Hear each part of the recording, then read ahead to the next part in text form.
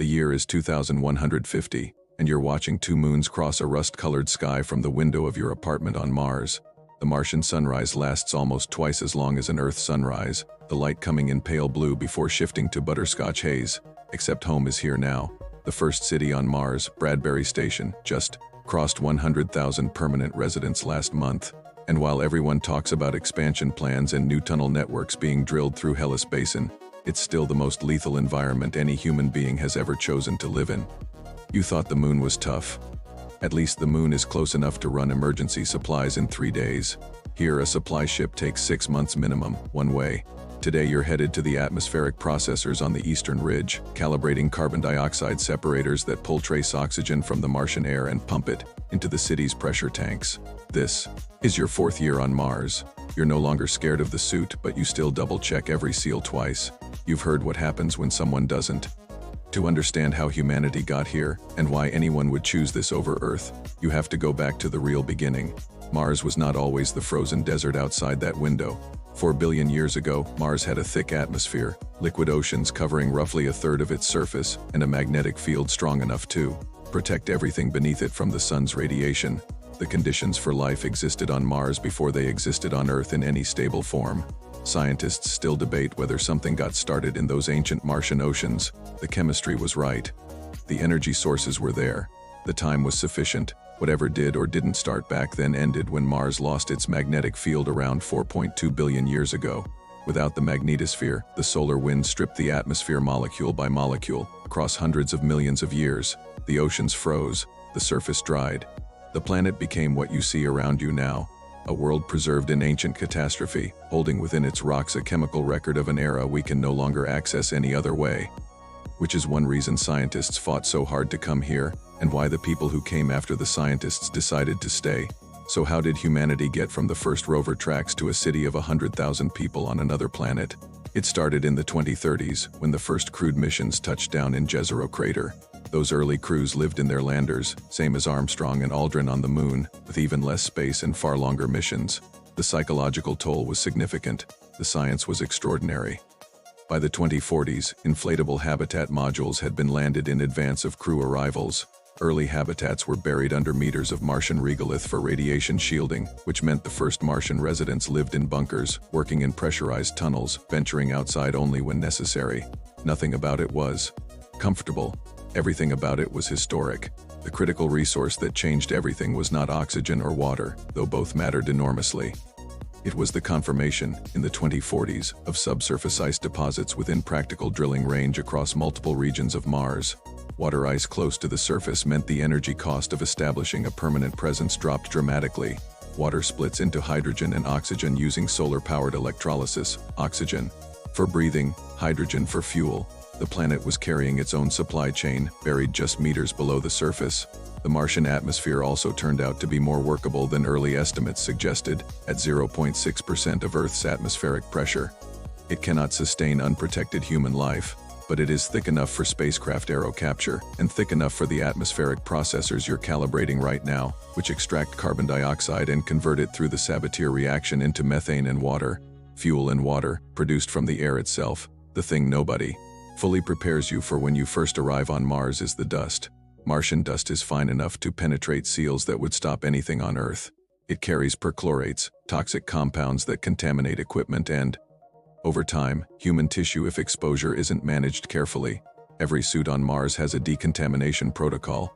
Every airlock goes through a cleaning cycle. It is tedious. It is non-negotiable. The second thing nobody prepares you for is the communication delay. At current orbital positions, the one-way signal time between Mars and Earth runs between 3 and 22 minutes, depending on where the two planets are in their orbits. A simple back-and-forth conversation can take over 40 minutes of waiting. Medical emergencies, engineering crises, anything requiring real-time expertise from Earth, all of it has to be handled locally. You become very good at solving problems without calling for help, because calling for help takes most of an hour to even start. The gravity is the longest adjustment. Mars' gravity is 38% of Earth's, not the 16% of the Moon, but still low enough that human physiology begins to drift over months if you don't work against it actively. bone density, muscle mass, cardiovascular efficiency. All of these shift in low gravity in ways that compound over years. Bradbury Station has centrifuge habitats for sleeping and dedicated resistance exercise blocks. Missing your sessions is not optional if you ever want to return to Earth without months of rehabilitation. Some people don't want to return. Some people have been here long enough that Earth's gravity would hurt them. There is a population at Bradbury Station, small but growing, that considers themselves Martian in a biological sense. Their bodies have adapted. Going back to Earth is not a theoretical question for them. It is a medical one. The city itself is built into and under the Jezero crater rim, using existing rock as structural radiation shielding.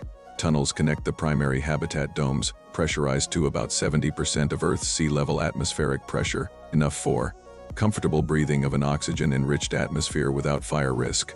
Dome construction used locally produced slag glass in later phases, melted from Martian basalt and formed into structural panels by autonomous robotic systems.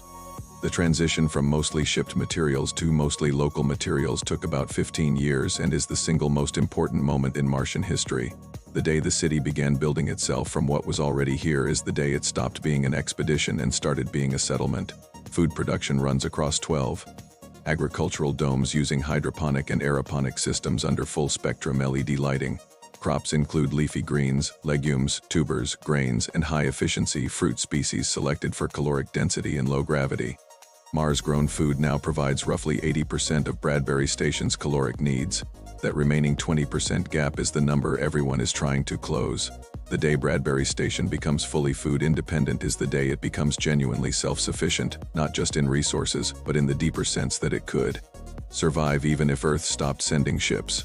Nobody wants Earth to stop sending ships, but everyone here knows that a settlement, depending on external supply for survival, is not truly a settlement. It is an outpost. The goal was always something beyond an outpost. As you finish the calibration run and start the walk back toward the eastern airlock, you look out across the crater floor and see the lights of the agricultural domes glowing amber through the haze. In the sky above, Phobos is visible, moving fast enough that you can watch it cross the sky if you look carefully. It orbits Mars in under 8 hours. It rises in the west and sets in the east. You've lived here long enough that this is normal to you. 2 moons on the wrong schedule, a pale blue sunrise, a sky that never becomes the blue that Earth-born people expect. This is the planet that took the longest to reach, cost the most to build on, demanded the most adaptation from every person who chose it, and has become, for 100,000 people, the only world that matters. You wonder, the way everyone here eventually wonders, how long it will take before Mars has 1 million people. Before the first child born here grows up never having been to Earth and considers that completely ordinary. Before the word Martian stops being an adjective and starts being a nationality. Before this crater, this rust-colored sky, these 2 mismatched moons stop being the alien landscape from documentary footage and start being simply the view from home. That day is coming. You can feel it in the way the city is growing, and in the way the children here talk about the surface like it belongs to them. It does belong to them. We just had to get here first. But that story, the one about what comes after 100,000, is a story for another video.